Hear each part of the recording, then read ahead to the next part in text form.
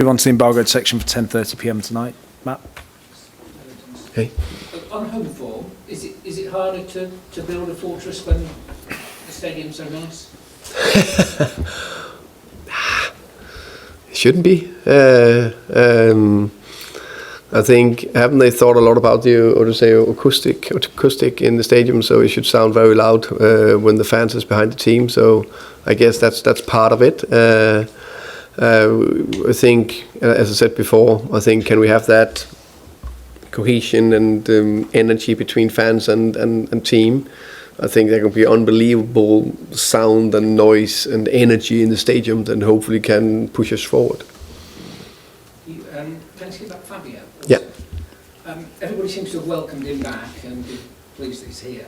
Is there any part of anybody that feels like it's unedifying to have someone who's been embroiled in scandal like he has in such a visible position? I think it's something, of course, I've heard about. Don't know too much about the details. I know Fabio as a good guy the times I've met him, and I think he got a lot of quality, and look forward to work with him. Well, what is it, do you think, about his talent that makes people happy to overlook things that they might dwell on? I mean, what when you say that him and Johan will complement each other, what are the complementary strengths? No, I think Johan is very good to put in good structures, and been building that recruitment department, our insight department, our analysis department, and I think that to put those structures in, plus of course, how can you oversee players in and out for the recruitment. I think Fabio come with another angle and another experience from 10 years in Italy, with a great network and a great eye and great vision for football, and I think the way they complement in there, I think is very good. When you're operating like at the elite end of football, how important is recruitment? How simply getting the right players? I think culture will for me always be the most important thing. Then you can say coaching / style of play, developing players, and then as a second area, and not in any specific order. Culture always first, but the coaching as important, and then recruitment I think is key. And my coaches, we're not magicians. They know the better potential, the better player, the better possibility to get success. So recruitment is very important. Matt? Hi Thomas. You spoke there about how important home form is and sort of building that fortress. We saw during the international break that there's plans for La Liga match we played in America, Serie A match played in Australia. What do you make, I guess, of that as a concept, league matches being played abroad? Personally, I prefer the league matches need to play in the country they belong in. So a Premier League match needs to be played in England, in my opinion. I understand that the football or the world is not as it used to be 20 years ago, because that's how the world is developing, and how can you say not changing but developing? That's just how does things progress and develop and change a bit. But for me, Premier League games need to be played in England. Would you be sort of localised with the hierarchy here, or if the club ever sort of had plans, would you be proposed and try to make No, yeah, I have no problem saying that. I think it should be played in England if you play in England. If I have the power to stop it, probably not, but at least I can raise my voice. And we also saw during the international break the cash injection from the Lewis family. Have you had sort of discussions about how much of that will be available in January, what that means for sort of January plans? I think first and foremost, I think it's hugely positive that Lewis family is clearly shown their interest in do everything they can to improve the club and back the club and want us to be as successful as possible. And I think that's a sign of it, that they are injecting cash into the club. Also because That's the thing I'm learning here with all the scrutiny. Anthony's helping me a little bit with, it's remarkable the 3 rumors about takeovers get so big. I'm so glad I'm not reading too much newspapers and nothing in social media and just listening a little bit to the brief you give me before, Anthony, and then you guys ask me questions, because you can think too much about that. But the key thing is they show their big interest publicly in try to help the club. We know it internally, and how we will spend the money. Of course, we will keep that for ourselves. And last one, obviously, that money I'm sure is going to be used for different things. No, what? Sorry. That money will be used for various different things. Could you see, particularly maybe with owners being more ambitious, more engaged, a scenario in which Tottenham are able to spend 100 million on one player? I don't know. I think this world you get surprised sometimes both ways. I think for me, if you spend 10, 100 and 150 million, for me that's, of course, there's difference in the amount. I think the most important thing is that we have a very good recruitment strategy, and we're very aware of what we are recruiting and what we want in, and then from there take smart decisions. So let's see. Elias. Obviously, Richarlison started the season really brightly in a performance against PSG and on the opening day of the league season. Kind of different performances, but kind of showed what he was about in a complete way. What outside of the goals does Richarlison do on the pitch that what are his strongest attributes outside of scoring goals, really? I think you're also some nice stats on that. I think actually his hold-up play when he needs to protect the ball and in difficult situations actually make sure we can sustain the attack. I think that's a big thing. I think his movements in the box I think is very good. I think his linker play is at a good level, and I think as a pressing player, when he's up to his highest, I think he's good. He's smart, he's clever, he cut the ankles, he does the right things. And also Oliveira as well, speaking on him, again, fantastic international break for him. You kind of touched on it. Is that kind of building confidence at the international level, club level, probably key for him to kind of continue stepping up the levels and being an important player? I think every game you play, the more confidence you can gain, the better.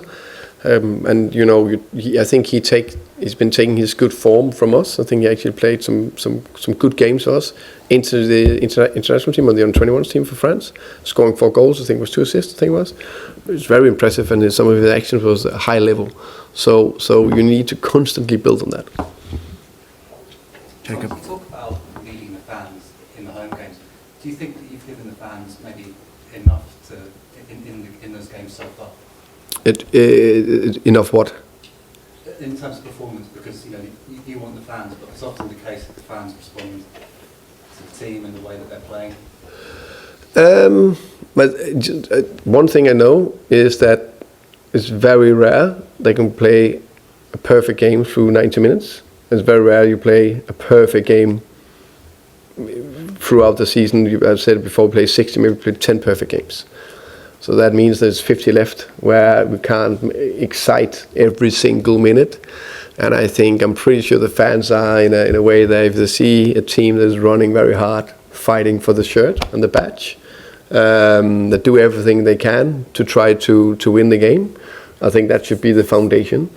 Then I'm very aware that we also need to play positive and attacking and happy football, or whatever you call it. That can get people off their seat. I think that's very important as well. So that, of course, we need to do what we can. I also think we need to bring energy from ourselves. But I also think it's fair to say when it's not going well enough, we need the help. That's very simple. So I don't know how you react, if you want to be shouted at or want to be guided. So I think it's the same with any other player. Guided is always. Yeah. It looks like it's been a little bit easier for the team in the away games. I mean, is that do you think maybe just down to the creative blend in the home games? Is it expectation, pressure that it goes up that makes it a little bit harder? That I don't know exactly. I think it's a fair question. I think I said to you before. I think in terms of, I think we played a very good first half against Wolves. We created a lot. I think we played overall good game against Burnley home. We also did a lot of good bits in the first half. Then I agree we were not good against Bournemouth. Was that it? I think in Premier League. So now and throughout those games, you can see it. You can also see that our front four from last season is not available. So it's a new front four. So that we're working very hard on. And I think actually there's been promising sign of it from some of the players now, Mo, Wilson, Xavi. So hopefully it'll be better.